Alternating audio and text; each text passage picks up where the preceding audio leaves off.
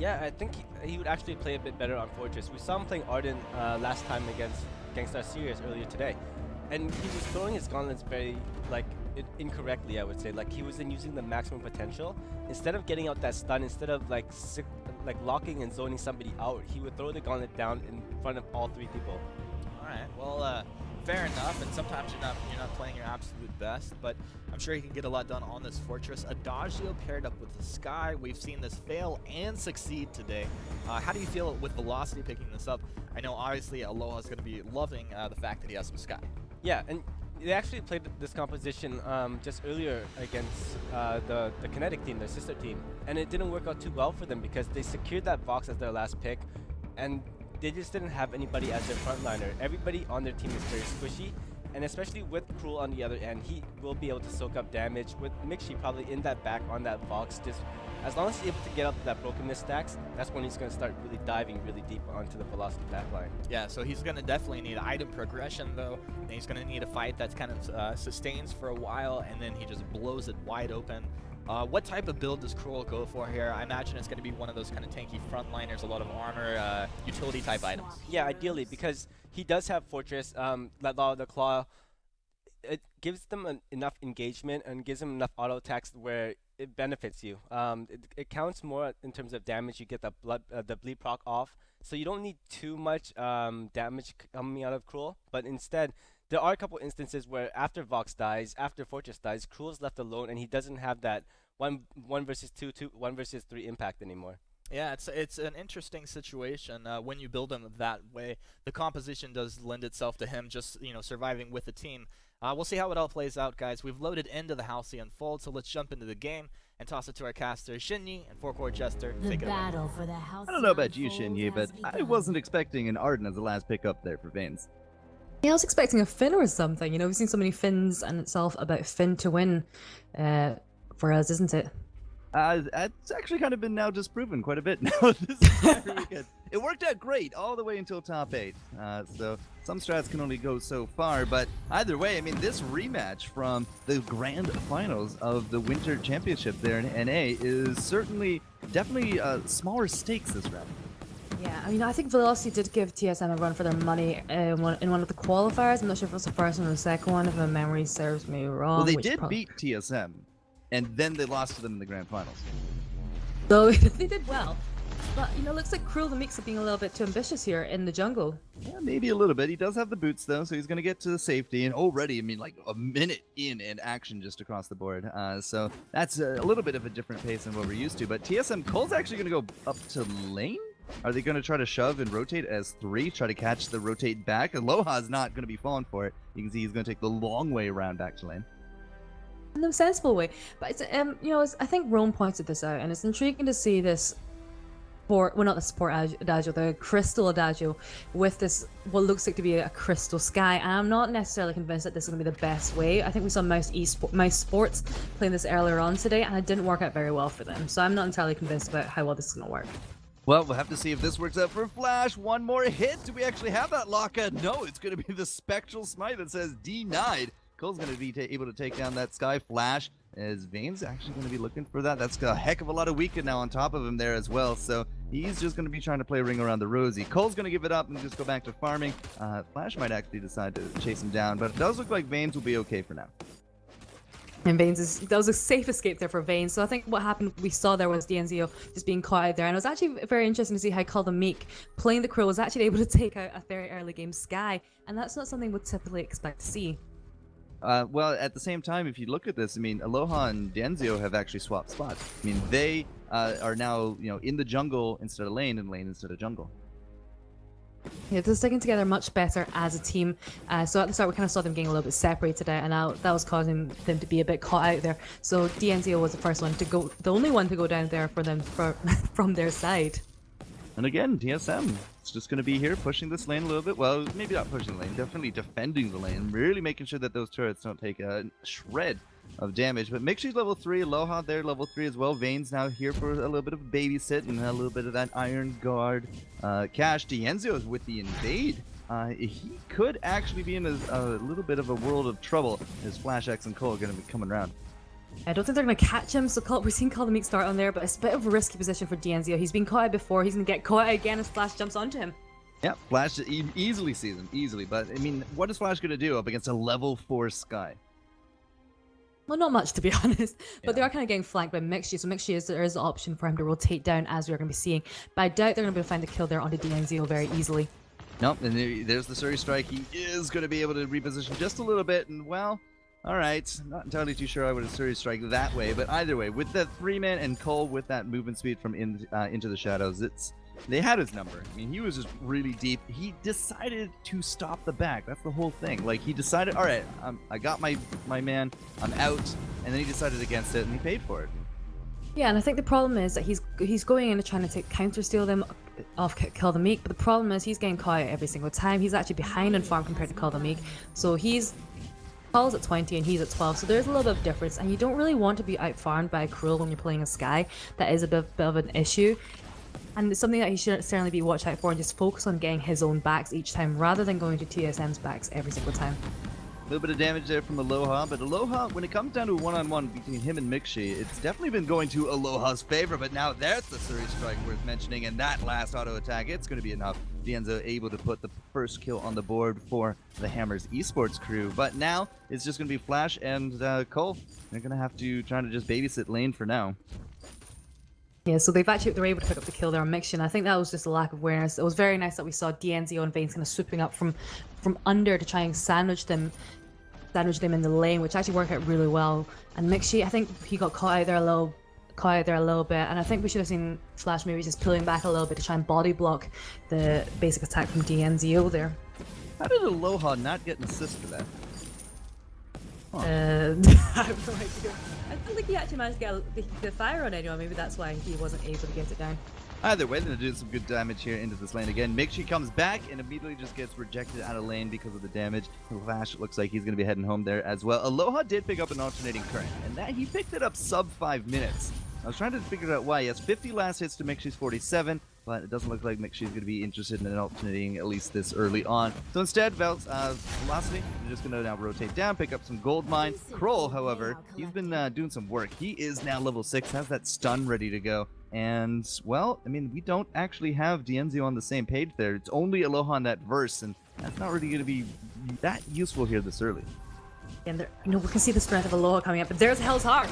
Yep, and that's exactly what I'm talking about. Like, when you have that stun ready to go and your other jungler just doesn't, I mean, that's a huge burst, and with that stun, they get themselves that kill. TSM got to be feeling good here early because now they're getting some invades done. The level 6 has paid off. Cole to make beat DNZO there. DNZO wasn't even part of this lane up here either, but Mixie actually is now going to get his escape route now just kind of torn to pieces, and I just don't see Mixie getting out of this. He's doing quite well to stay alive for a very long time, though. But that was a really nice kind of fight coming out from DNZO there. We saw the death from above, stopping Mixie from getting to the safety of his turret there, so that he had to kind of stay within the range of DNZO, and that's why they were able to pick up the kill. So that was a very nice kind of separation technique that they used there, and it was very, very effective. And meanwhile, we're seeing Cruel and Meek also just being chased down by DNZO in the jungle here. Yeah, but he's played dodgeball before. He definitely did not take the level of damage that Dienzo was dishing out right there. So the Surrey Strike didn't really hit the mark, and then he was able to dodge out those forward barrages. So Mixie and crew, they're actually going to go for this this really fast invade now, and they do catch out Vayne. So Aloha's a little bit too safe, I think, and there is no Sky. Koldemeek is going to find Dienzo out here, but will that be enough for a steal? The kite is, well, all right, a 1-1. Dienzo, however, now has to deal with this sandwich coming in as Flash from the top. He's going to get that bleed going. So that was a really nice Hell's Heart there landing on the DNZO. Yeah, and the stun is just enough. Yeah, when you have that level, I mean, Koldemeek is now level 8, Dienzo just 7. He stole away one of those backs, the Hell's Heart Flash. I mean, they had their number right there. Even look at this, like, we're pushing up so heavily here from Velocity, but now Flash and Cole, they're just emboldened by this. They're just going to go right up to Aloha and just dunk him straight down. Flash, I can't believe he's still alive from that. But Koldemeek is on fire right now as Crow. He is so confident in this, and he's just so tanky, and he's actually just doing remarkably well against DNZO, who's actually got quite a lot of crystal damage already with the piercing shard, the heavy prism, and it's actually surprising to see him being taken out so well. And I think this is just because Kaldameek is very good at what he does. You know, he's using his skills at the right times, and it looks like he's going to be going in for a 1v3 situation here. Well, Vanes is going to say this is a no Kroll club. And they actually now do chase him off. He's not going to be bothered to kind of do anything about this. Goldmine will go over to Velocity. 178. I mean, it's decent. Not immense by any means, but hey, gold is gold at this point. And that does actually put Velocity in the slight lead. That's about, oh, never mind. I think did we just pick up? Yeah, we just picked up those packs. So it's pretty much neck and neck. Yeah, and we did see Vanes throwing out the defensive gauntlet there to ensure that they were able to get the gold mine. So this does mean that TSM do realize that there is not that gauntlet available for them, so they should be trying to take advantage of this later on. Flash very confident on that Arden, you know, famously known as a one-punch Arden.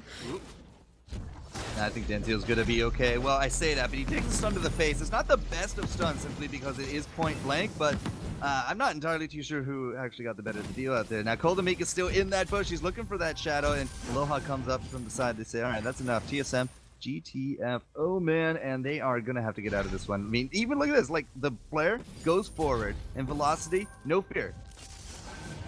Yeah, every time they see Aloha buffing himself using the Agent of Wrath, they're just backing away because they know how strong he is when he is buffed. He's got that alternating current. He's not playing the supportive ground. There is the engage. Yeah, we split. Velocity does not have their Sky. Sky, come back to us. That is it for Aloha. That many Spectral Smites, you are just not going to be living through that one. We got to get that Suri Strike. Yeah, there it is. But now Denzio, where's that Hell's Heart? 35 seconds away. Still, could that bleed actually be enough? Mixi and Crew. Look at Cole. He's trying to find him the Suri Strike to reposition Denzio right under turret. They will trade it for the Fortress, but Cole, he's actually going to live through this one. Mixi's saying, you can't come over here, Vanes.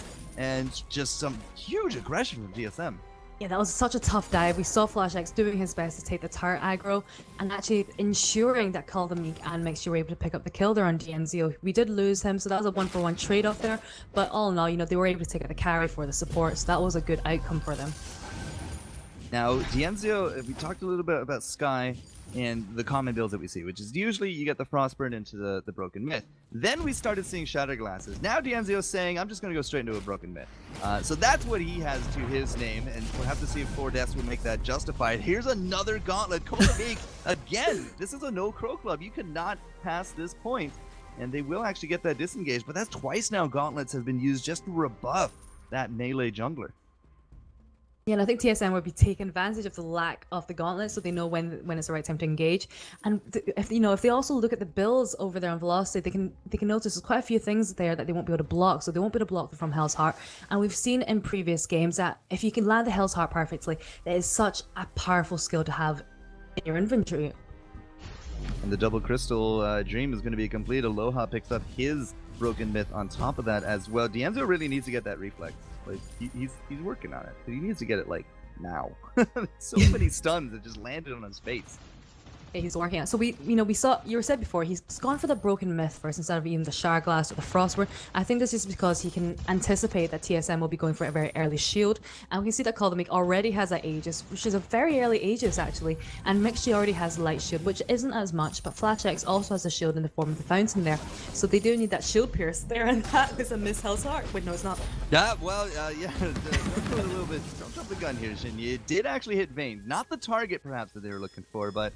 You know, that stun, that's 70 seconds now down. We still have to wait for it, and I think the positioning was perfect. Mixi was in that bush. If they had actually chased these guys, wait for it into that 3-man could have been disastrous for Velocity. So not going to happen quite yet, but look at Kaldameek. He's now, okay, he's going to take a detour. Go for Denzio. Denzio will get the turret, but now he's left to his own devices, and I just don't think the kite's going to be there. He is going to try, but he will eventually pay for it. But they did get the turret, and that's the big thing. If Aloha doesn't go down, it might be worth it. That's so many Spectrals, and the silence, the wait for it. They're going to clean up for an ace here with Vanes, and that goes right under that turret again. And Cole, look at him. He doesn't care. He'll tank this. Yeah, no problem.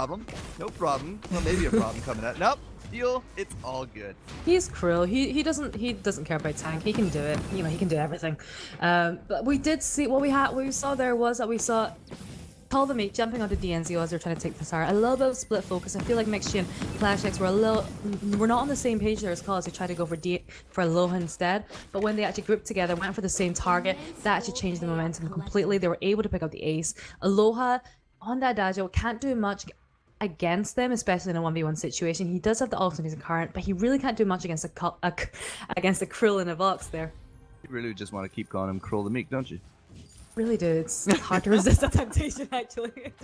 You do whatever you need to, Miss. Yeah, but D'Anzio did get that reflex. We have 3 broken myths across 3 carries right now because this double crystal, as you said, with that shield, it's falling a little flat up against TSM. Cole is just kind of having a field day. 3-0 and 6. That's 100% kill participation right there with 3 kills to his name, and that Bonesaw is well on its way here after he picked up that Shiver Steel. He's going for a lot of attack speed, and the thing about Vaynes is he's not actually got any pauldrons yet. In Europe, when you're playing against a pro, you typically would go for an earlier Atlas pauldrons. So this is a bit of a mistake there. I feel like that's coming up from Vaynes, is that they can't underestimate the power of Call the Meek there with the attack speed. They need to be able to slow down his attacks and stop him building up those spectral smites. Yeah, don't worry. Flash X picked one up. Not the right side. Not the side I was looking for. Hey man, like if that can actually slow down Aloha's auto attacks, sure, it's totally worth. There goes another gauntlet. A double stun is actually going to be the result there, but unfortunately, just the positioning wasn't there. There was no follow up here from Vaynes. D'Anzio still has the death from above, and we still have that verse ready to go, but with no gauntlet now, I feel like Velocity is going to have to try to steer clear of a fight. And I feel like you're right. They should have engaged and they should have followed up after that gauntlet because they still had the minion mine, so it could have been a 4v3 situation if they had managed to aggro it. But they just withdrew and allowed TSM to take the minion mine and and then the gold mine off the back of it as well. Yeah, and that went from an immense gold payout to a decent gold payout. So I mean, you're just raining money down on top of TSM. Not unlike real life, I'd bet. But that's still 3,000. Yeah, 3,000 gold between teams. So. With the Kraken on its way, how much gold do we have? Do we have any infusions? Well, we can't infuse up, but okay, well, at least Velocity will. Well, let's do Caster's Curse there, as you say. Oh, there's no infusions. I was looking at TSM. Like, this is their time, right? 15 minutes comes around, they're in the lead, they get infusions, they crack, and they win. Like, that's the TSM special right there. Yeah, the problem is they don't have money to infuse right now. Mixie maybe, but his weapon infusion is about to run out. Call the Meek does have a few minutes left on that, but against Velocities, this is not a good time for them to fight, so I'm a bit wary about what they're doing. But Flash just double infusing there, so whatever. 20 seconds. Vaynes still has 20 seconds on that gauntlet. That 20 seconds, I'm not entirely too sure they have that to spare, to be honest. Like, with this Kraken going down, we did actually pick up a crystal now for Mixie as well. Velocity just showing themselves in lane. They're just giving it up. They know they can't contest it. They don't have the vision. And we just got gauntlet now. Doesn't matter. Kraken's out.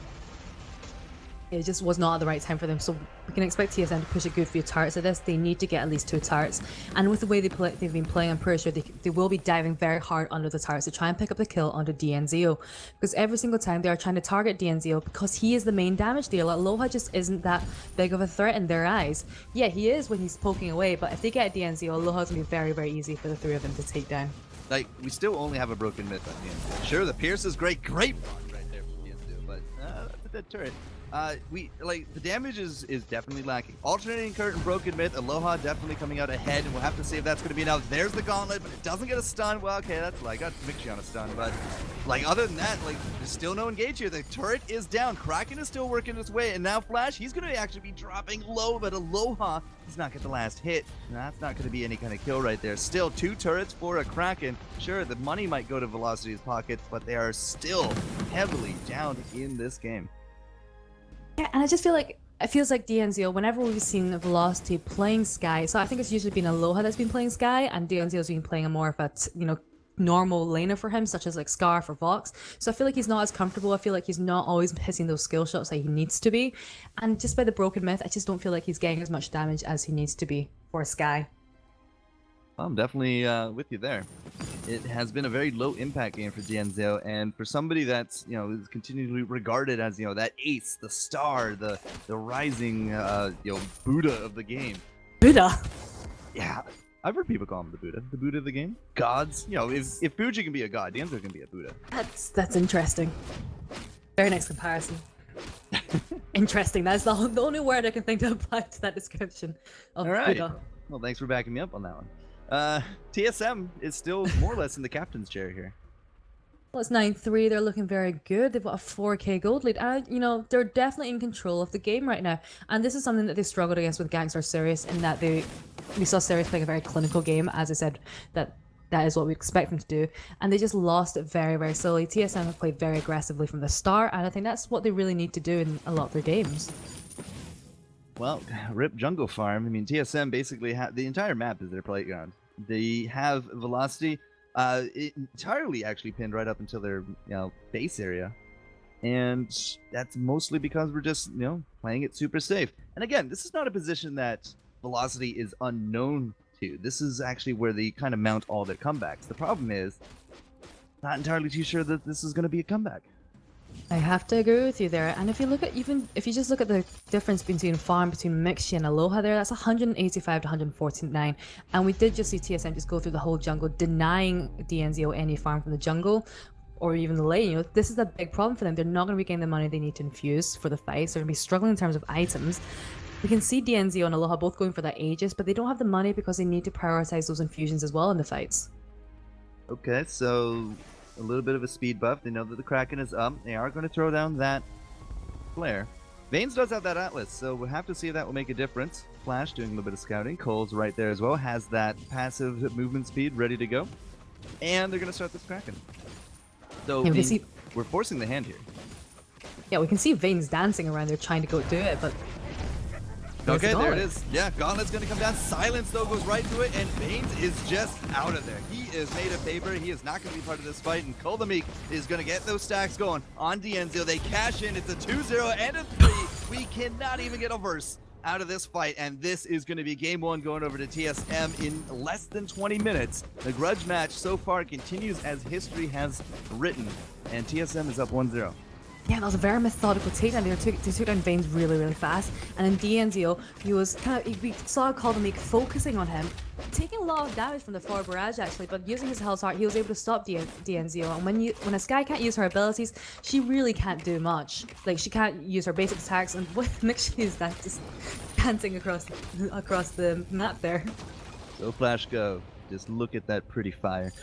So this is something that goes back to draft, at least in my eyes. Rome said they tried this comp against their sister team, but they didn't have anybody in the front line. Then they picked up an Arden, who still wasn't really too much of a front line. Like, yes, he was able to get out those gauntlets, and then he had a Vanguard, and he was basically toast from there. I mean, you saw how quickly he melted. Yeah, he's a little starved. Look at the cash differences between the carries, for example, but I'm just not confident that this is a strat that is going to work in the future for Velocity.